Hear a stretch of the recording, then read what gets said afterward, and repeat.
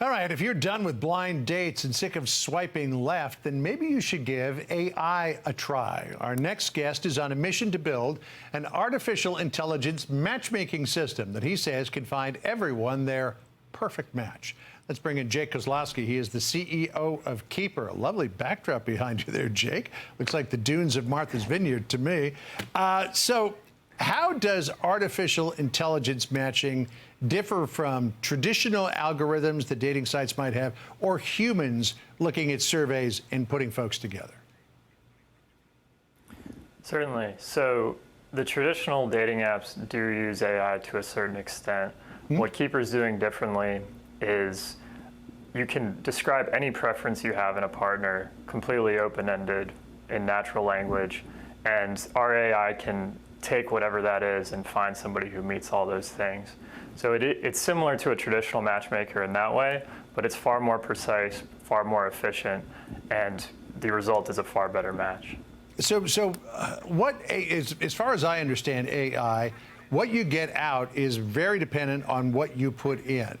So if people aren't honest in their surveys Correct. or their profiles, are you going to get an accurate match?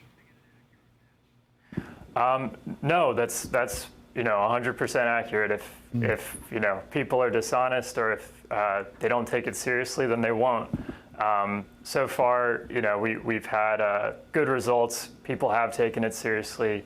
We have a serious brand where it's keeper.ai. It's for marriage. It's for starting a family, and so people put their best effort into it, and they get great results.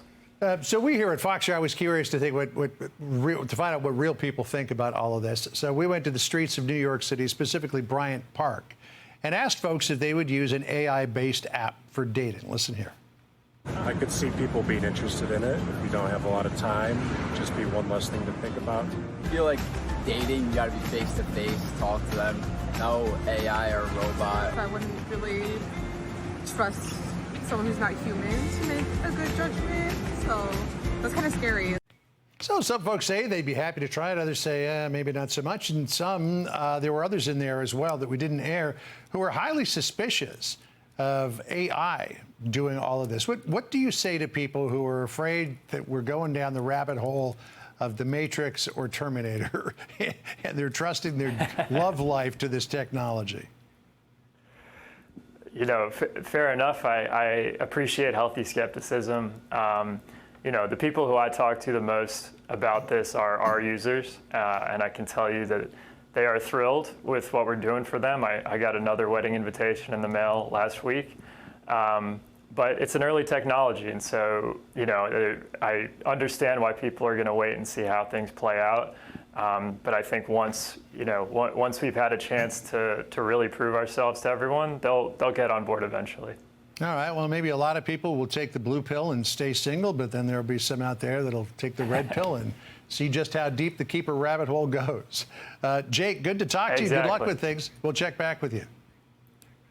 Thank you, sir. I'm Steve Doocy. I'm Brian Kilmeade. And I'm Ainsley Earhart. And click here to subscribe to the Fox News YouTube page to catch our hottest interviews and most compelling analysis.